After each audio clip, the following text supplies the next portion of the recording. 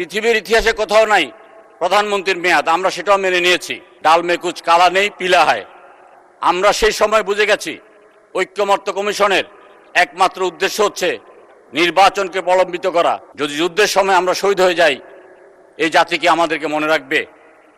আপনি বলেছেন এই জাতি আমাদেরকে মনে রাখবে, মুক্তিযুদ্ধের হিরোদের মনে রাখবে। মাননীয় স্পিকার, আমরা মুক্তিযুদ্ধের হিরোদেরকে সারা জীবন মনে রাখবো কৃতজ্ঞতার সাথে, শ্রদ্ধার সাথে, ভালোবাসার সাথে। মাননীয় স্পিকার, আল্লাহ তাআলা আপনাকে একটা সম্মানের জায়গা দিয়েছে। আপনি আপনার বন্ধুকে কথা দিয়েছেন যে এই হিরোদের যারা যুদ্ধের সময় জীবন দিয়েছে তাদের জীবনী আপনি পাঠ্যপুস্তকে যেন অন্তর্ভুক্ত করা হয়, সেজন্য আপনি কাজ করবেন। আশা করি মাননীয় স্পিকার, আপনি আপনার শহীদ বন্ধুকে দেওয়া তার কর্তব্য বা আপনার যে দায়িত্ব অথবা আপনার যে কথা সেটা পালন করবেন। মাননীয় স্পিকার, আমাকে সময় অত্যন্ত কম দেওয়া হয়েছে। আমি আসলে দুই একটা বিষয় নিয়ে কথা বলতে চাই। মাননীয় স্পিকার, ঘরে এবং বাইরে, সংসদে এবং রাজপথে ঐক্যমত্য কমিশন নিয়ে আলাপ আলোচনা হচ্ছে। ঐক্যমত্য কমিশনের তেমন কোনো আইনগত ভিত্তি ছিল না।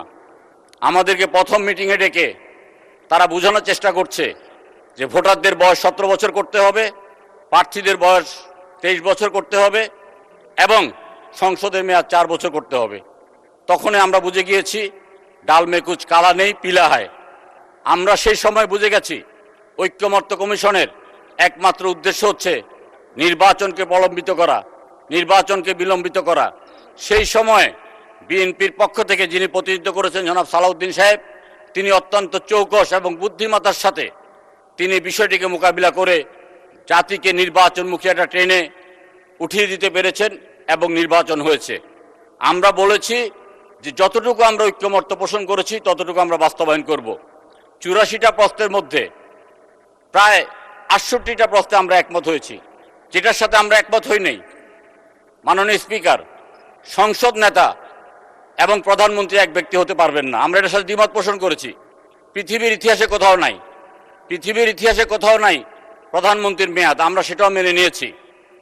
আজকে যদি আমরা বলি যে বিরোধী দলের নেতা এবং দলের প্রধান একজন হতে পারে না, আমরা যদি বলি যে চিফ হুইপ এবং দলের নেতা একজন হতে পারবেন না, সেটা কি শোভনীয় হবে?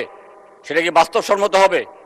মাননীয় স্পিকার, আমরা একদিন দেখলাম ঐক্যমত্যের কমিশনার যারা আছেন, রাষ্ট্রবিজ্ঞানী সহ অন্যরা, তারা হঠাৎ করে তারা চলে গেছেন 1 ঘন্টার জন্য মিটিং মুলতবি করে।